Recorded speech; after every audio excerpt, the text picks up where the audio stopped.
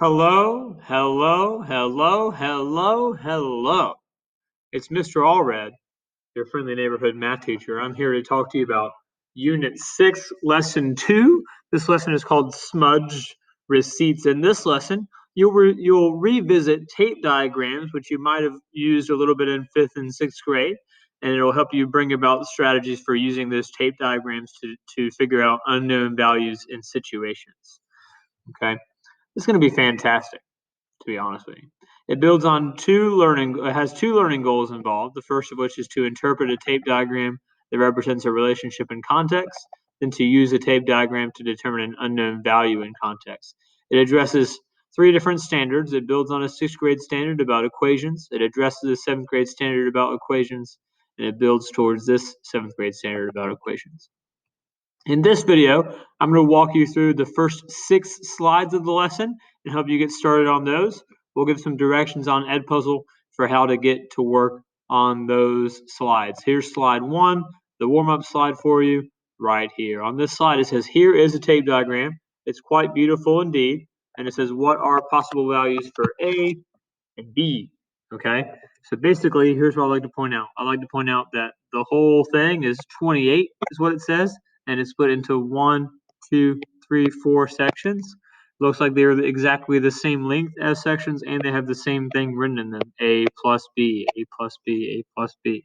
Your job is to tell me what are some possible values for A and B. There's lots of different things that could be right answers to this math problem.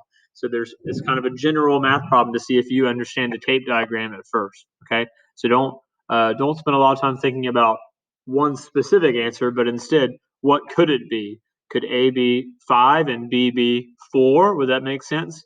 Think about that and then explain your thinking on slide 1. So go give yourself 3 to 4 minutes to work on slide 1 and then come back to Edpuzzle.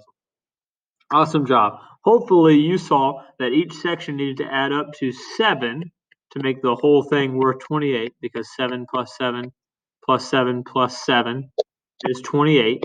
So as long as whatever you had A as and B as added up to 7, then it works. So if you said that A is worth 2 and B is worth 5, 2 plus 5 is 7. So that means that each section would be worth 7, and that would be grand and beautiful, right?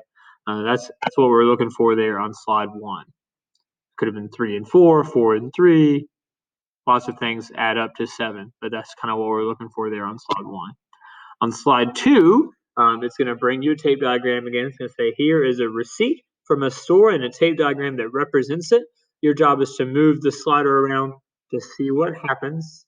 So you're going to move the slider around to see what happens. And as you do that, you can see values on the receipt change. You're going to tell me what you think the 3s represent in the tape diagram. What do these boxes that say 3 represent on them? And then tell me what you think the X represents. What do you think the boxes that say X represent, or rather the one box?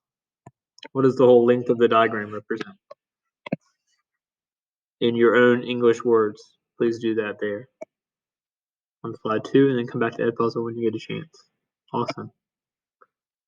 On slide 3 here, it says, here is a new receipt. This one's smudged, though it got smudged a little bit by the printer. I want you to use the slider to figure out what the price of a cantaloupe could be, or should be. It says that one honeydew is $2. It says the total is $9, and it says that homeboy bought 2 cantaloupes. If you slide this slider, it will kind of give you a value for X there underneath, as you might see there.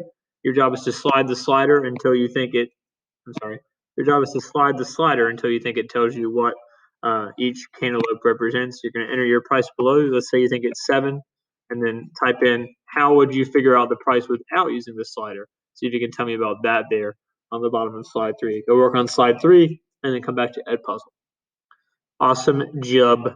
On slide 4, you got some diagrams and receipts. You're going to match each receipt to the diagram you think that represents it.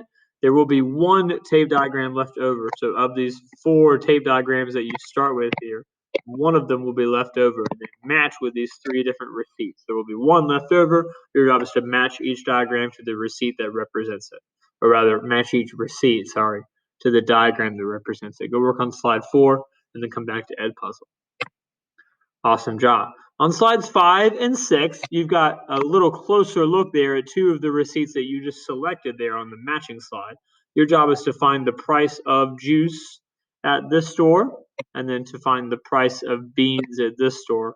You can use the tape diagrams and the sketch tool if it helps with your thinking. Those are the ones you just sorted there in the card sort slide.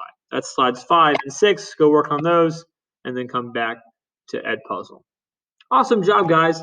So we just wanted you to work on slides 1 through 6 here at the beginning of lesson 2 called Smudged Receipts. When you do the next time you have math class, we'll look at slides 8 and 9 together, and then we'll give you a chance to work on your synthesis and cool down slides. Thank you so much for working through slides 1 through 6 with me. I really appreciate you guys. You're super duper wonderful. Make it a great day or not. The choice is yours. Bye-bye now.